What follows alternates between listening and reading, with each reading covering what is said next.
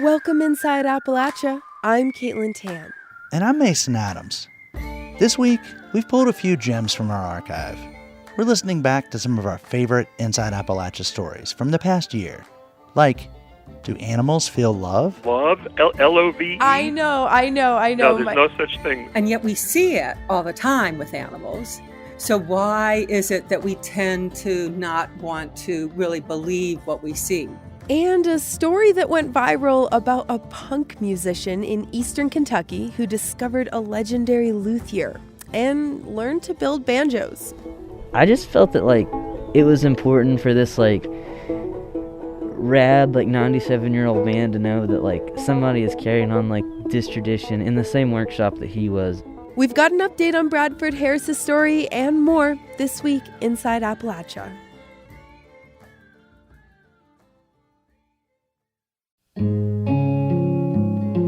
Welcome Inside Appalachia. I'm Mason Adams. And I'm Caitlin Tan. Today, we're listening back to some of our favorite and most popular stories from the past year. We start off with the story about love. Back in February for our Valentine's episode, we had a question. Do animals feel love? If you've ever observed animals interact, it seems like they feel love. Think about penguins. They mate for life. Or elephants, before they mate, they form a bond through their trunks and they wrap them together, kind of like a hug. So is it true? Do animals actually feel love? A few years back, our producer Roxy Todd saw an otter that got her thinking about this question. So I asked her about it.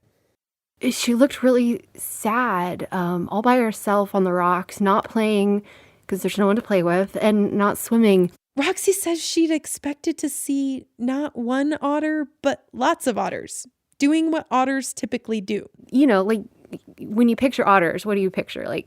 They're having fun. Right, and silky, brown, velvety guys with big, beautiful eyes. Yeah, and swimming, I don't know. So I had this picture in my head, maybe an expectation that they were going to be frolicking and doing all these tricks in the water. But this otter seemed despondent. I just kept wondering, what happened? And what was going through her head? And could she feel things like loneliness, I guess? And if she could feel loneliness, Roxy wondered, could she also feel other emotions? Could she feel love? To find out, I called up Rich Rogers. Now, he's the fur bearer biologist for the West Virginia Division of Natural Resources, and he's also helping study the regional otter population. And so I asked him if there's noticeable love between otters, and maybe perhaps with their young. Noticeable what? Love with otters, if you notice, I guess, with their young. Love? L-O-V-E? I know. No, there's no such thing. There's no such thing as in the animal kingdom. That's an emotional term, but there's a fidelity to that family unit until those young disperse, and then no, there's nothing there. But come on, that's the science side of things, right? I mean, I grew up surrounded by animals on a farm, and I felt genuine love from animals. And I also observed how lonely our one horse was until we got him a companion. Now, Rogers says love is an emotional term, but don't animals also have emotions? Since Darwin, scientists have thought that there are some basic emotions that animals can feel. That's Cynthia Willett, a professor of philosophy at Emory University. She published a book called Interspecies Ethics in 2014, which explores animals' wide variety of emotions. Basic ones would include sadness. We could recognize that in animals, and I think we all can see that animals can be sad or happy. But Darwin did not include love. He did not include love among those basic emotions. And so there's been this prejudice or this bias, at least since that time, that animals could not experience love.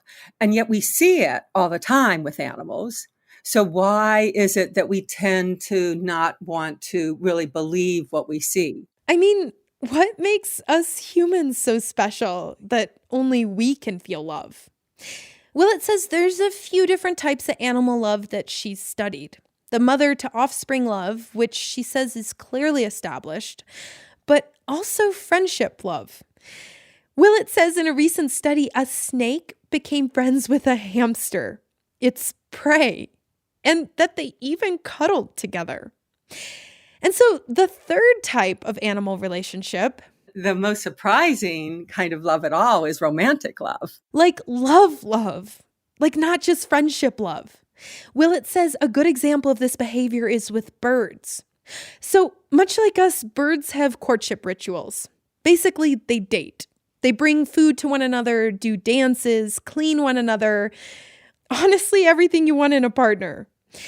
So animals generally are social creatures, Willett says. They need companionship, which in a way is a form of love. And without it, they start to lose that joie de vivre, that sense of being alive. Joie de vivre is a French phrase, meaning that sense of life that gives us purpose, that makes life fuller and richer. Something we often find through relationships, love. And Willett says animals feel it too. And when they don't have that, they shrink, they diminish, they have less energy, life goes dull. Although Willett hasn't studied otters specifically, anecdotally, she says she's seen them play and bond with each other and humans, and that they kind of remind her of how dogs love. So, yes, Willett says she believes otters do feel love. And it's not that the science or biologists are wrong. There just might be more nuance.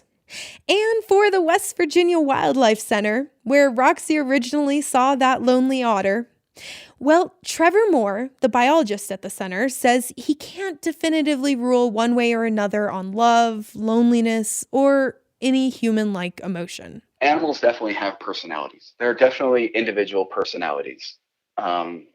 You can see that's very well documented throughout science and in captivity and in the wild. But how much we project our own emotions and our own view of them, I don't know. And good news, a few months after we originally aired this story back in February, the West Virginia Wildlife Center got 2 new otters. So there are now 3 otters, and Roxy actually went to visit them recently and reports that 2 of them were snuggling together on a rock.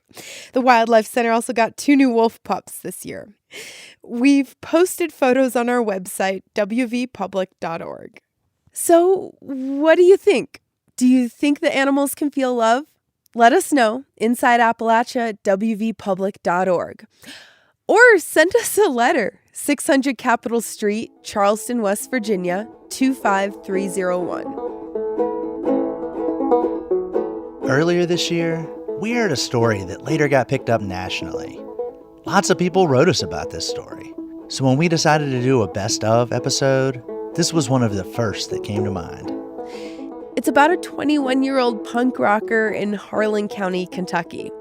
During the pandemic, Bradford Harris decided to learn to play the banjo, and that led to a search for a 97-year-old banjo maker. Nicole Musgrave has the story. Southeast Kentucky is home to a vibrant punk rock music scene.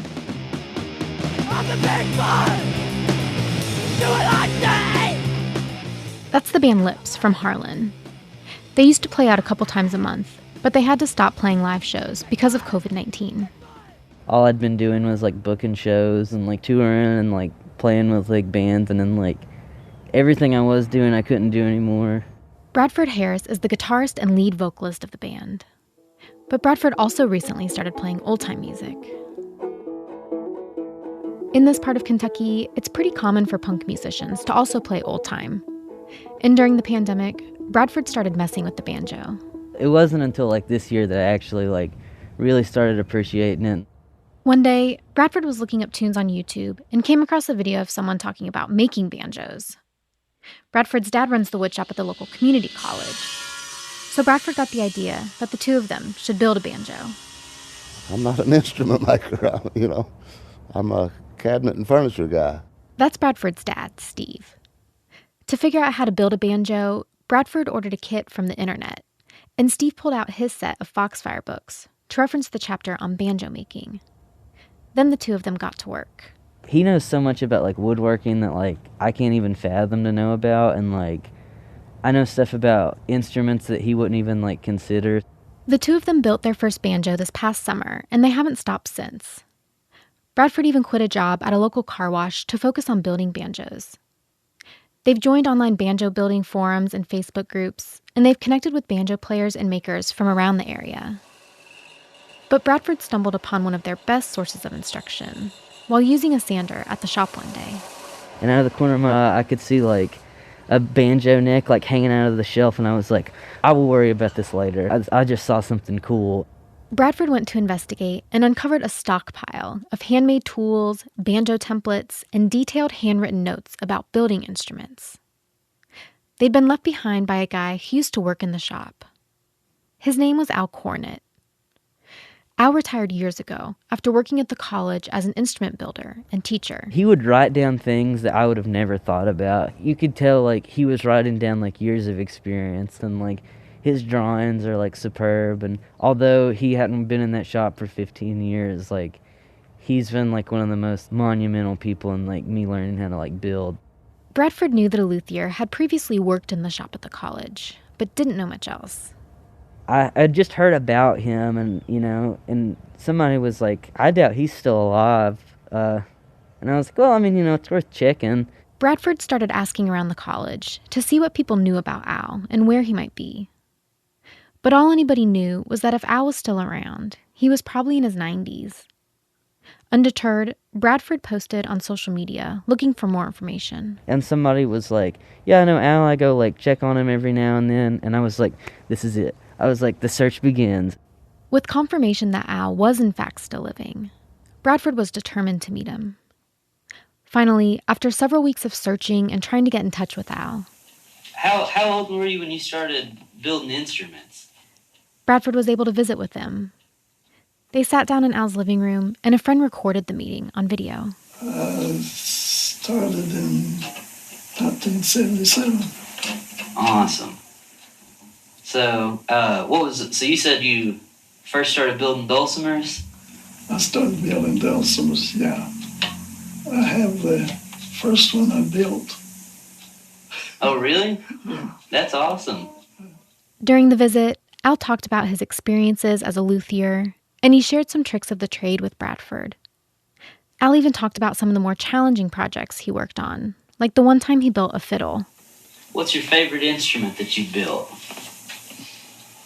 I worked 7 years on the fiddle. Al picked up the fiddle he spent 7 years making. Have you made more fiddles than that one? No, I quit after this one. That was the last fiddle Al ever made. It takes too long. In pre-pandemic times, when punk shows in southeast Kentucky were still going loud and strong, Bradford wouldn't have thought they'd be tracking down someone like Al.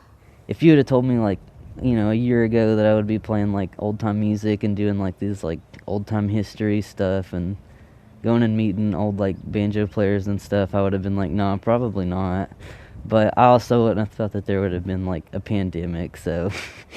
And Bradford was grateful to get the chance to thank Al in person. I just felt that like it was important for this like rad like 97-year-old man to know that like somebody is carrying on like this tradition in the same workshop that he was. Bradford's eager to book and play punk shows again. But for now, at least, they'll keep making banjos. For Inside Appalachia, I'm Nicole Musgrave in Harlan County, Kentucky.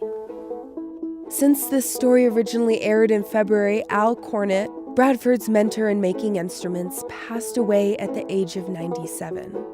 Bradford still has a few handmade banjos for sale, and you can see them at Harris Banjo Works on Instagram. We've posted a few photos on our website, wvpublic.org. Unfortunately, the community college closed the woodshop. Bradford is working to get tools together to build their own woodshop in their backyard. Bradford's punk band, Lips, has done some live shows again recently in Whitesburg, Kentucky. I'm the big boy! Do what I say! You think I'm a lip? After the break, we'll meet hip-hop artists in Southwest Virginia. Genoa Davis, a.k.a. Genova, discovered rapping by way of poetry. I always wanted to sing, but I was also like a really shy kid, and poetry became an outlet for me to get my feelings out. They used to rap about something and now they rap about nothing. You're Inside Appalachia.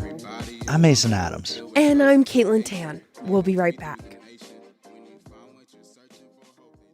Support for Inside Appalachia is provided by Concord University in Athens, West Virginia.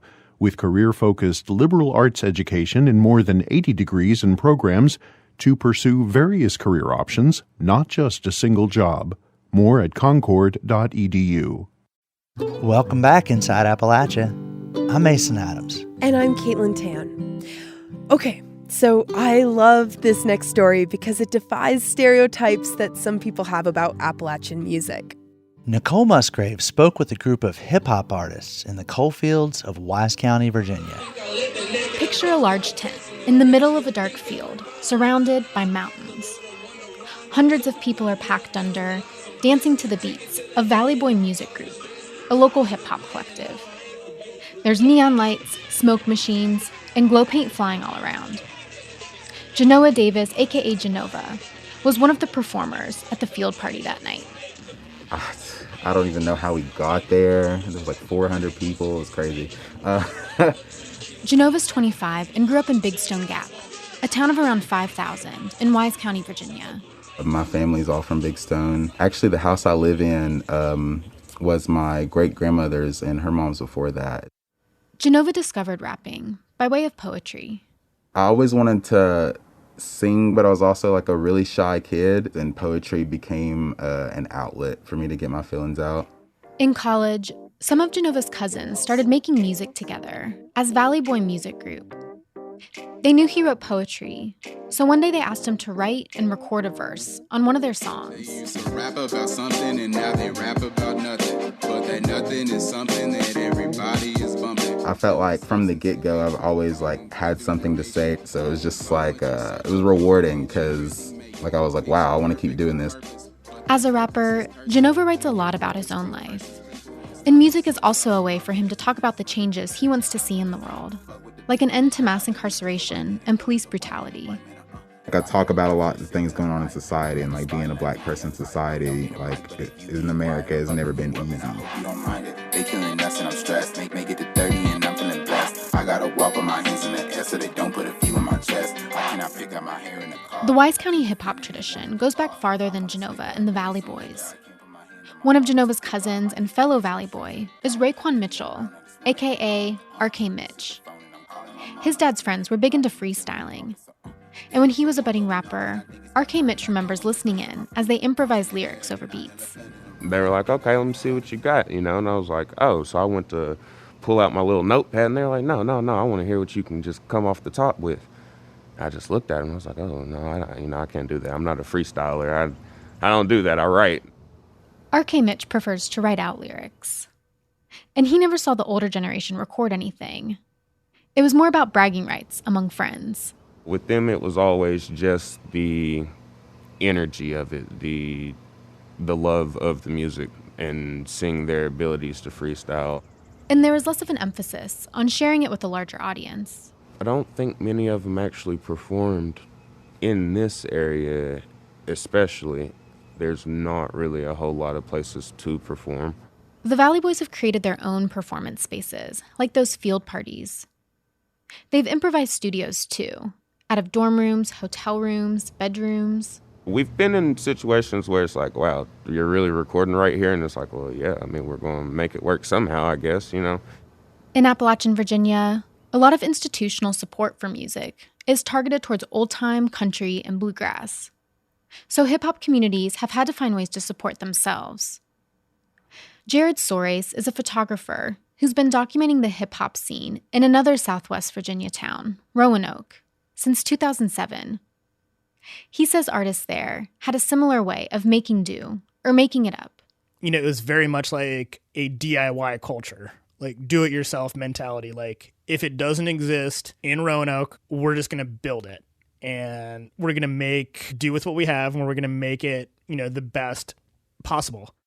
Genova explains that he sees his music as a way to bring more material support to other hip-hop artists.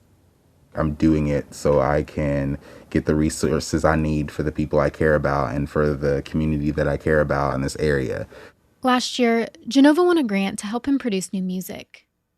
The first thing he did was buy new equipment for several other hip-hop artists. One of those was Kelly Thompson, a.k.a. Pookie. He's helped others get microphones and interfaces and other gear that's necessary for recording.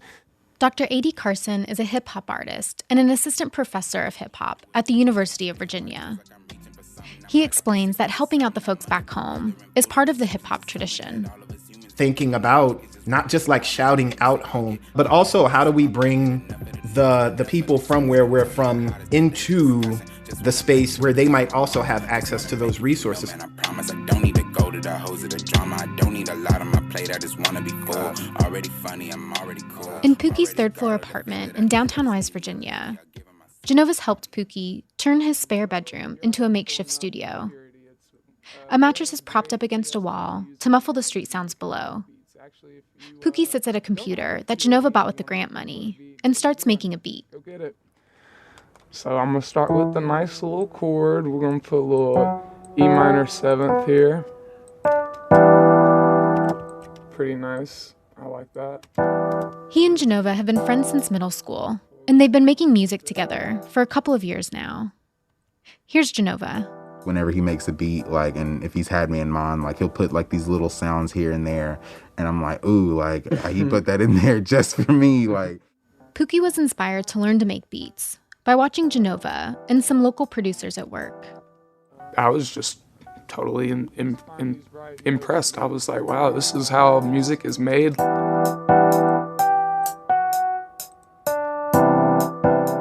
Long-term, Genova hopes to help establish cultural arts centers in the area to better support artists of all kinds. I feel like there's way more artistic individuals in this area that we know. They just like don't have the resources to produce their art. If I know I got it, don't you try to stop me. Won't you celebrate me for they send a coffin? For Inside Appalachia, I'm Nicole Musgrave in Wise County, Virginia. I like how I've been moving. I like how she look at me. This song is called Celebrate. It was produced by Pookie, and it's off Genova's latest EP, 25 to Life. It's available on most streaming services. We'll also have the link on our website, wvpublic.org.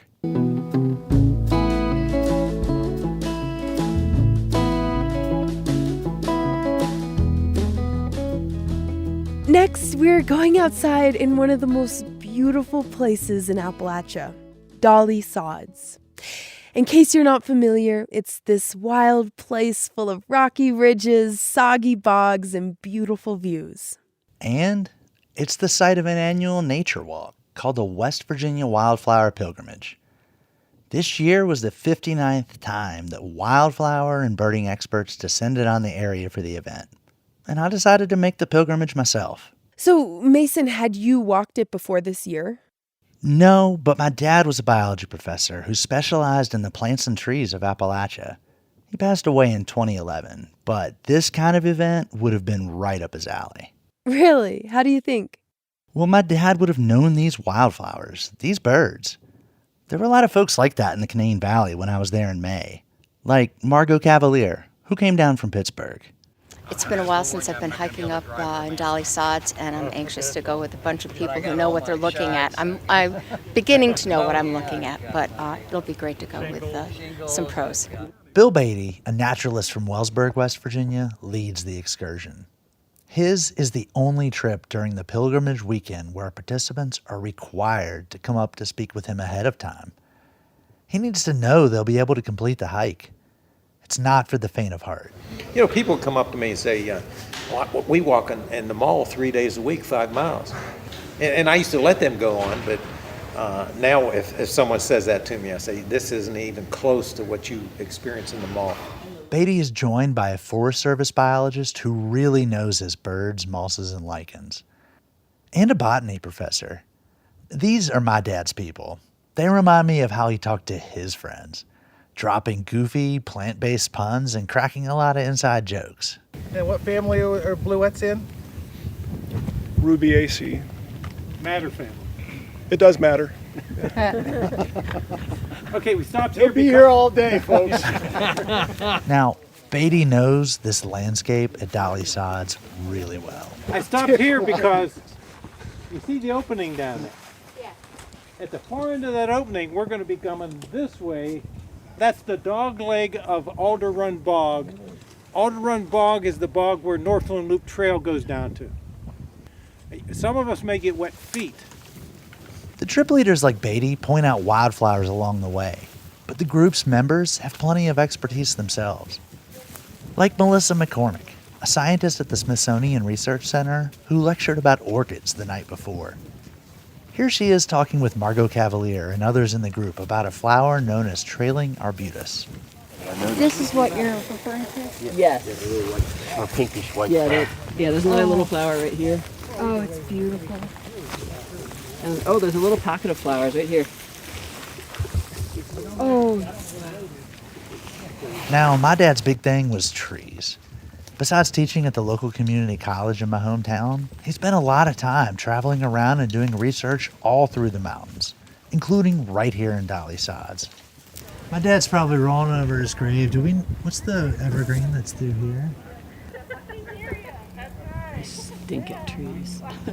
Now, I used to know my trees, but the thing with specialized knowledge is if you don't use it, you lose it. But I knew there was something about those trees. What was the dominant evergreen we were seeing back in that area we started out in? Red spruce. Red spruce? Yeah. I knew my dad was rolling in his grave when I asked that question. I even said it, and his specialty was red spruce, so he was definitely getting a workout. The biggest red spruce in the world were probably in Canaan Valley and up here. And they were all timbered, everything. I helped my dad on some of his red spruce plots, which were sprinkled up and down Appalachia's high elevation spots. He kept close track of what spruce stands looked like, what else was growing, and how healthy these trees were, especially the oldest ones.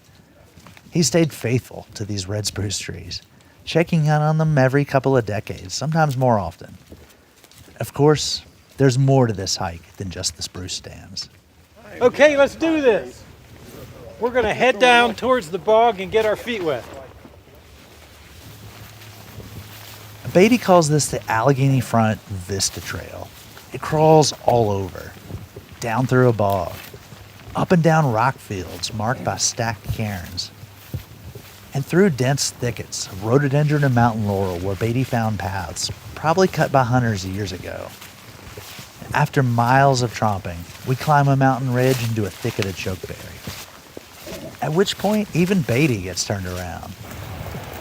We're going to go back down this. Okay. Reverse engines. Back. Reverse engines, We're going peoples. back. But at the end, we're rewarded with a beautiful vista, looking down into a valley. And then... Whole valley. The whole valley's full of a rainbow. You may have to take your sunglasses off. Okay. One of the trip members notices a rainbow down in the valley. It's really faint at first, but as the sky changes, the colors become more vibrant. Everyone runs over to check it out. Whoa! Yeah, we should The experience, and especially that unforgettable ending, leave the hike's participants worn out, but also exhilarated. I asked Margot Cavalier about what she's feeling. Oh my God, that was phenomenal, wasn't it? With that fog bow at the end. Whoa! It was just, I can't believe it. It was just fantastic. I just turned 68, and it kind of makes me feel like, you know what? While I can do this, I got to push myself like this. It's wonderful to be out here. You just feel so alive, you know it? For me, the hike brought me closer to my father, who died 10 years ago this month. These are places he walked, with the kind of people he walked them with.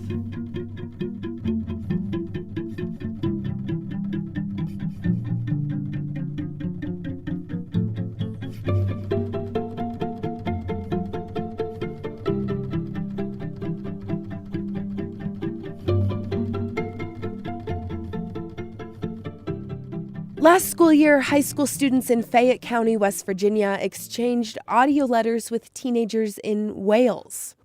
They talked a lot about the pandemic, and it turns out much of what they've experienced is universal. Sam McCarthy and Ella Cudlip are from Merthyr Tydfil, Wales, and Brooke Thomas and Mackenzie Kessler are from Fayette County, West Virginia. Hello, my name is Mackenzie Kessler, and right now I'm sitting in my favorite spot. It's in my papa's junkyard, and it's typically really peaceful here. I can see wild animals and hear some tame ones, but my favorite thing about this spot is that you can't see any of the houses. It's like a separation from all of that. That's something I love about West Virginia as a state. You can have the ability to separate yourself from everything. It's hard to choose a favorite food. I love Chick-fil-A's chocolate chunk cookies, but unfortunately I haven't had one since the quarantine started.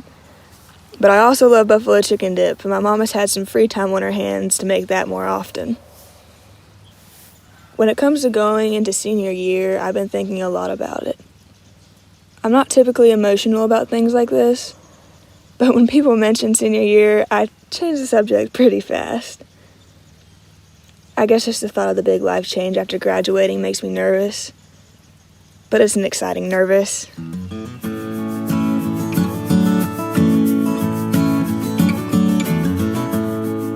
Hi, my name is Ella and I live in Merthyr Tydfil in Wales. Right now I'm living with my boyfriend and I have been for around 13 weeks. I just had my birthday on the 14th of June and finally turned 18, which means I can buy anything in a shop or a store. The best thing about quarantine is that I can decide what my day is going to be. As much as I love my college and my work, it's nice to have a break from everything and concentrate on my relationships with the people closest to me. The negatives of quarantine is that my driving test was cancelled 2 days before I was supposed to take it, which is why me and my boyfriend go on lots of walks instead and not drives, sadly. Another negative about quarantine is that I don't get to see my dog every day. Her name's Bailey and she's a black lab and I love her so much. But the thing I miss the most is my nan and my grandfather. They've done everything for me and I can't wait to give my nan a cwtch when it's all over. And in Wales we say cwtch instead of hug. Hey Ella, happy late birthday. You actually share the same birthday with my mom, which is pretty cool. When it comes to your driver's test being postponed or canceled right whenever you were about to take it, I am so sorry about that. I have friends that are going through similar things, but I hope you get to get your test soon and you can start going on drives with your boyfriend. And we have a dog too. He's a little beagle and his name is Shiloh. It would be so hard to be away from him for very long because we leave for 2 hours and come back and he just cries and cries like we've been gone forever. But I hope you get to be with your dog more soon and that you get to give your nan and grandfather a cwtch. I'm pretty sure that's how you say it. It's pretty cool that y'all say that instead of hug. I might have to start using that. But anyways, it was nice hearing from you.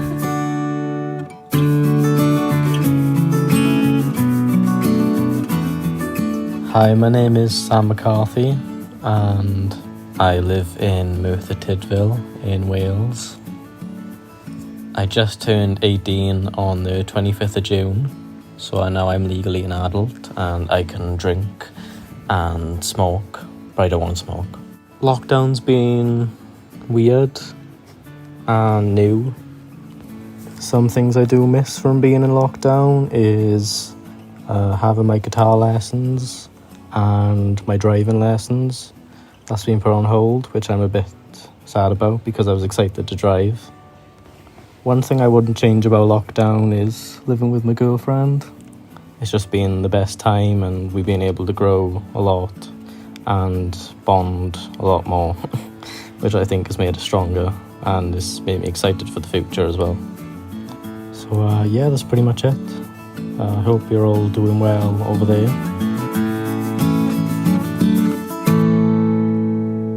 Hello, I'm Brooke. It's very nice to meet both of you. It's amazing to hear your quarantine has been going well in Wales.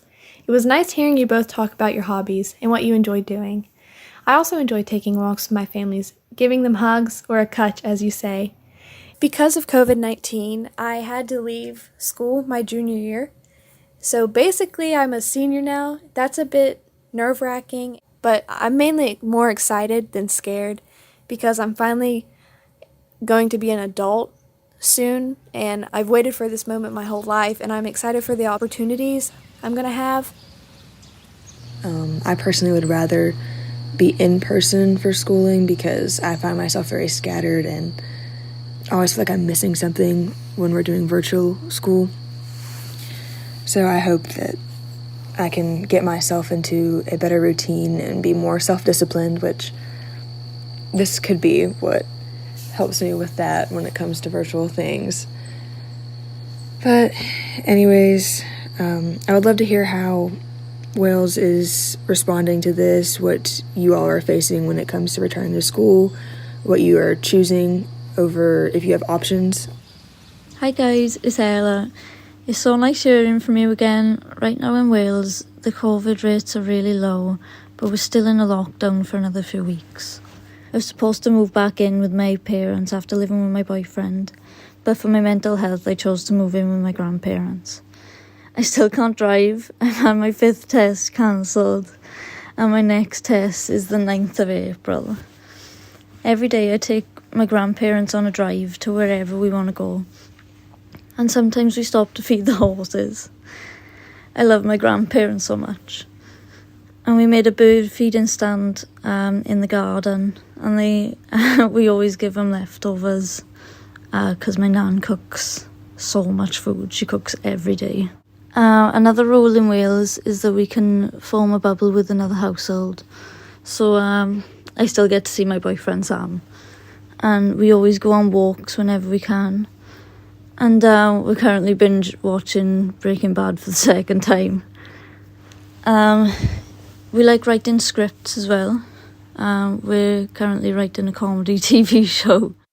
Hi guys, it's Sam. It's starting to get pretty boring being in lockdown for such a long time, but we're feeling optimistic about this year with the vaccines rolling out so fast.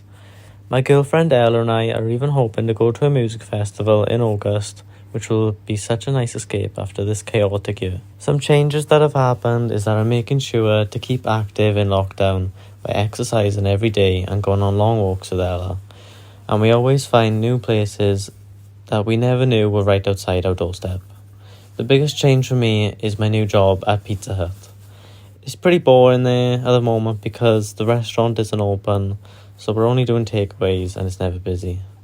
But still, it's a nice change from being stuck in the house, and I get some money too, which is always helpful.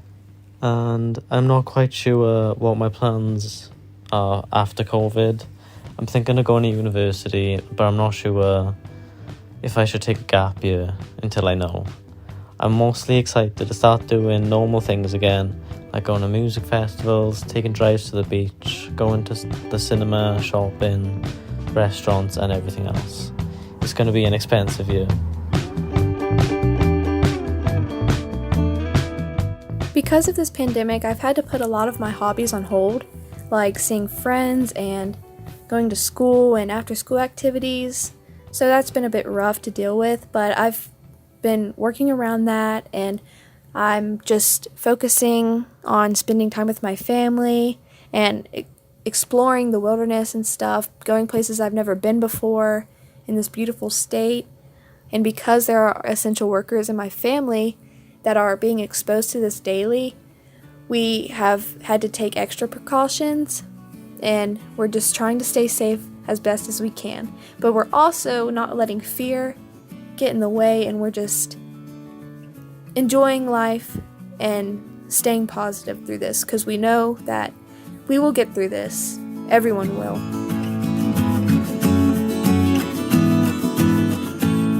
My favourite hobby is training in Krav Maga, which is an Israeli self-defense or street fighting. I've done it for 7 years, so since I was 11 years old. So I'm really looking forward to going back to training again, because doing online sessions isn't the same. You don't get the same atmosphere. But yeah, I hope we get to hear back from you soon, and maybe when things are back to normal we can meet up for a future project. Okay, bye.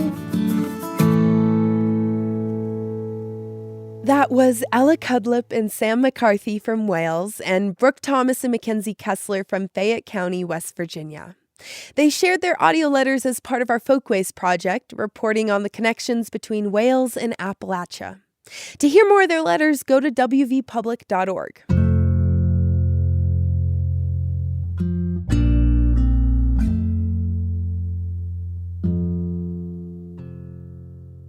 Last summer, only a couple months into the pandemic, we heard from two new dads. Chuck Klein, who works here at West Virginia Public Broadcasting as a video producer, and Joe Buckland, who worked in a restaurant but was furloughed. Let's listen back, starting with Chuck. Where it all really started for me was we started hearing of a pandemic on the news right at the beginning of March. On March 13th, the governor of West Virginia basically said, hey, we're closing schools down. That went into effect on the 16th. And by Governor Jim Justice put a stay-at-home order for the state of West Virginia, shelter in place. And it's like, holy crap, I'm about to have a baby. What kind of world am I about to bring my kid into? My daughter Olivia was born on February 19th, right before the pandemic started. It kind of changed things. I lost my job, much like most of the country, it seems, on March 16th. And I became a full-time stay-at-home father. I like to call myself a house dad. I bonded with my kid the minute she was born. Actually, that's not entirely true. It took me a couple of days because I remember now I was in shock. You know, my fiance was in labor for 72 hours. And when Olivia was finally born, it was such a monumental moment. I cried, of course, but I knew that everything had changed in a good way. I knew that my life would never be the same, but I was so excited. There was a lot of anxiety for me over what if I get it? What if I struggle with it? What if I don't survive it? What if my baby gets it? What if my children get it? You know, I think everybody went through these emotions. And so I was struggling with it a little bit. And on March 28th, I didn't sleep very well at all. I was up probably at 3 a.m. and I was sitting downstairs, just fiddling through a phone or something, just basically struggling a little bit, trying to get a grasp on this unwinding of our normal society, our normal way of life. And my wife, Glennis, texted me from upstairs and said, hey, what you doing? I said, just basically trying to focus myself and trying to calm myself down. And she replied with, I really need you to be calm because Kai is coming today. We were not going to the hospital. We had several reasons for that. She wanted to try to do it at home. And then with this pandemic, there was no way we were going to go to the hospital unless we absolutely had a super emergency going down. We had a plan. We didn't do any of it, but that's pretty much the way birth goes, I guess. I'm running around with masks and gloves on and bottles of bleach and spray bottles of hand sanitizers. And, you know, like I was changing some sheets on the main bed, and all of a sudden, in one big bellow of a scream, I heard the baby cry. Nature just was like, no, we're just going to do it right here on the floor. Oh, no. Oh, no, yeah. And perfect timing, because this is where you come into the story. Yeah, you. Yep. So then you were born. I know. It was a weird day, wasn't it? Born at 1 o'clock. My daughter's only now 3 months old, so there really wasn't a lot of things that I had to do with her. You know, babies that age, you feed them, you keep them clean, you hold them when they cry, and you make sure they get enough sleep, and, you know, that's pretty much it. Now we're doing tummy time, which is kind of cool. Put her on her belly, and she's got to kind of push herself up and look around. You see Mr. Fox? You see Mr. Fox? Yeah. It's really neat to watch this little girl grow up into a person. See you, Daddy. That story originally aired back in June of 2020. A year later, Mason checked back in with Joe Buckland and Chuck Klein. Let's listen back to that conversation. The place that I was when I recorded that interview, you know, it was, I believe, June of last year, and I had a kid that was immobile still. Those were the good times. You know, I could plop her and do tummy time and just, you know, kind of hang out with her. Now she's mobile, and 8 a.m. to 5 p.m., it's on me to be her sole caregiver. Her mom has been working from home, and she is a substance abuse counselor working from home. And, you know, due to HIPAA regulations, you know, I have to stay away. But, you know, it is difficult. There is a sacrifice. You know, I'm certainly not the first one. I won't be the last one. And I know that there's thousands of other fathers and, you know, mothers and caregivers in the same situation. And it's, you got to sacrifice. And that was the biggest adjustment I think that the pandemic brought. There are times when, you know, it's solely me, and that's not unique to fatherhood, but, you know, there were times when we couldn't go to the store. I'm always paranoid about services that she's touched, who I'm letting her get close to. And I know that I've noticed it in Olivia now, and I don't know if, Chuck, if you can relate, but Olivia, there's a pandemic baby kind of thing where she hasn't been around people. You know, we've had to sequester her most of, you know, the majority of her life.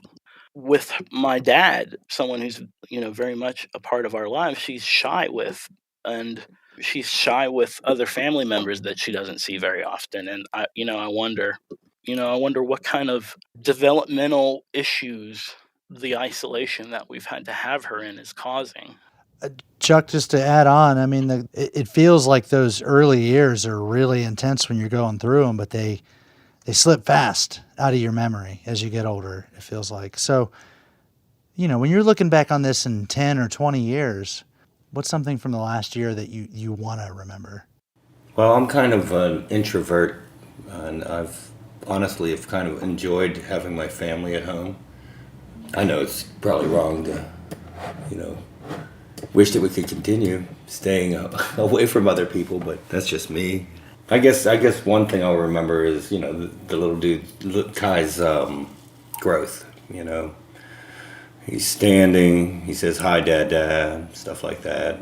He's coming up on a year.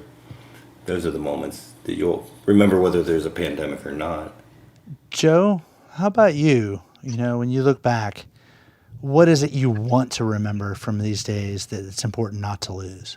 That's a question that has the potential to put me in tears, to be honest.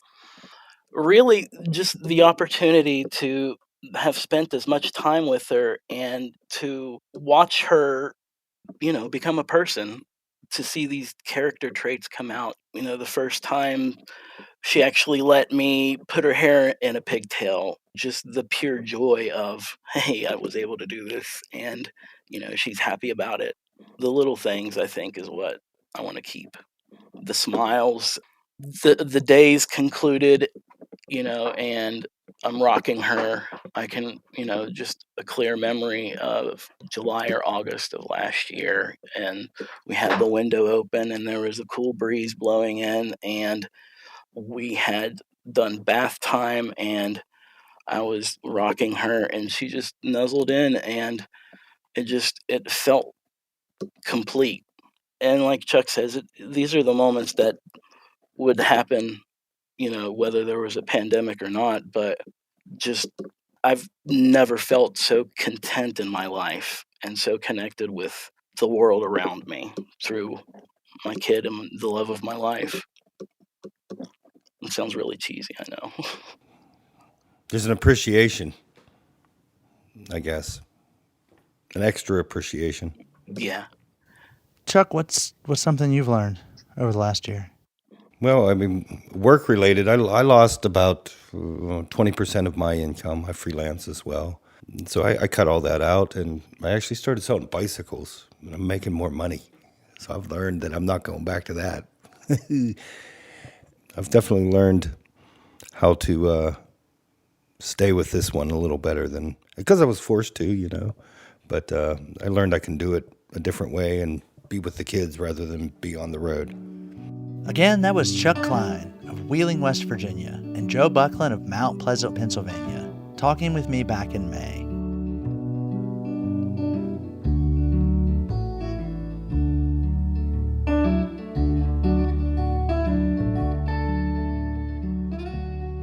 So those were some of our favorite stories from the past year.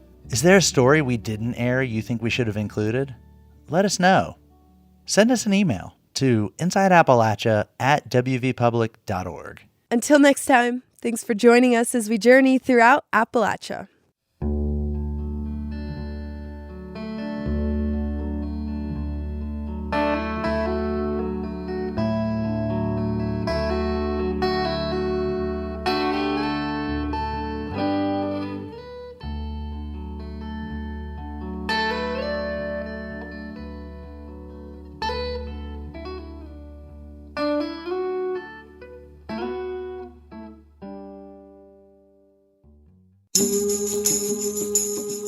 Our theme music is by Matt Jackford. Other music this week was provided by Blue Dot Sessions, Jake Xerxes Fussell, Marisa Anderson, and Dinosaur Burps. Roxy Todd is our producer.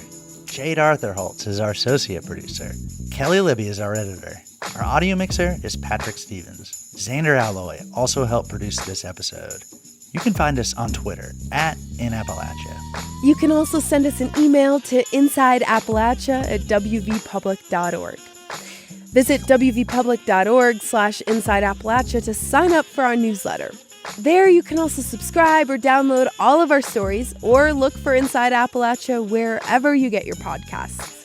Inside Appalachia is a production of West Virginia Public Broadcasting.